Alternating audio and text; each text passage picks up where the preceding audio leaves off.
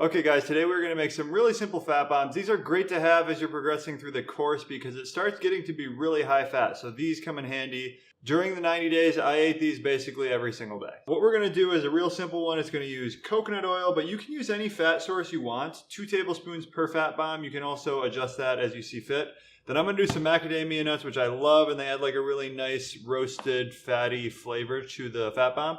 And then a little bit of protein powder. I'm going to use this IsoPure Zero Carb. This is actually coconut flavor, so it goes really well. So I'm just going to grab 2 tablespoons of coconut oil per fat bomb here. And this is a tray that we got on Amazon, but really any kind of silicone mold will do fine with these.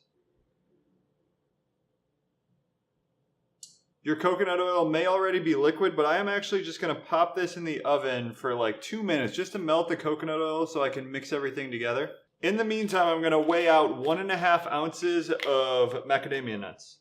So that means each one is going to get 1/4 ounce. I find that this is a really good way to be able to have, like, macadamia nuts are one of my favorite foods.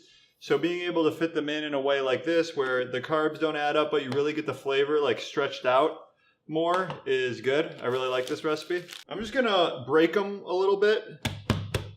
Not too much, but just a little. Coconut oil is nice and melty. So for me, what fits into my macros this week is 5 grams of protein per fat bomb. So that's 1 scoop divided amongst all 6. Take a scoop, put it in here, and equally divide it among the 6 fat bombs. Now these do need to be stored in the fridge. They're not going to fully set, especially if you live in a warm climate. Then just evenly distribute the macadamia nuts. This is also great if you don't like bulletproof coffees. You can do these instead. You can even remove the protein powder if you want to keep it super low protein.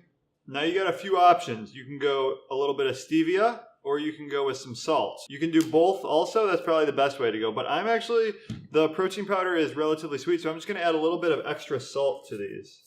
I like my fat bombs to have like a nice salty bite to them, but it's not for everyone. Then all you got to do is mix them together.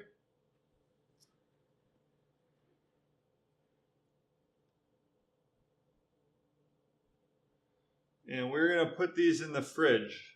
Let's see how they turned out. So I popped these in the fridge for about 2 hours and they have set pretty well. I would definitely store these in the fridge unless you live in Alaska or something and you can just have like fat bombs sitting on the shelf and they stay hard. Usually I like these for desserts. It's a real guilt-free dessert that is actually like adding nutrition to your day because it's adding fat. You know, you're getting the good fats from coconut, macadamia nuts. Even some salt. I like to actually get a decent amount of electrolytes in my fat bombs. If you guys are having trouble getting your fat macros in for the day, try making some fat bombs, try bulletproof coffee.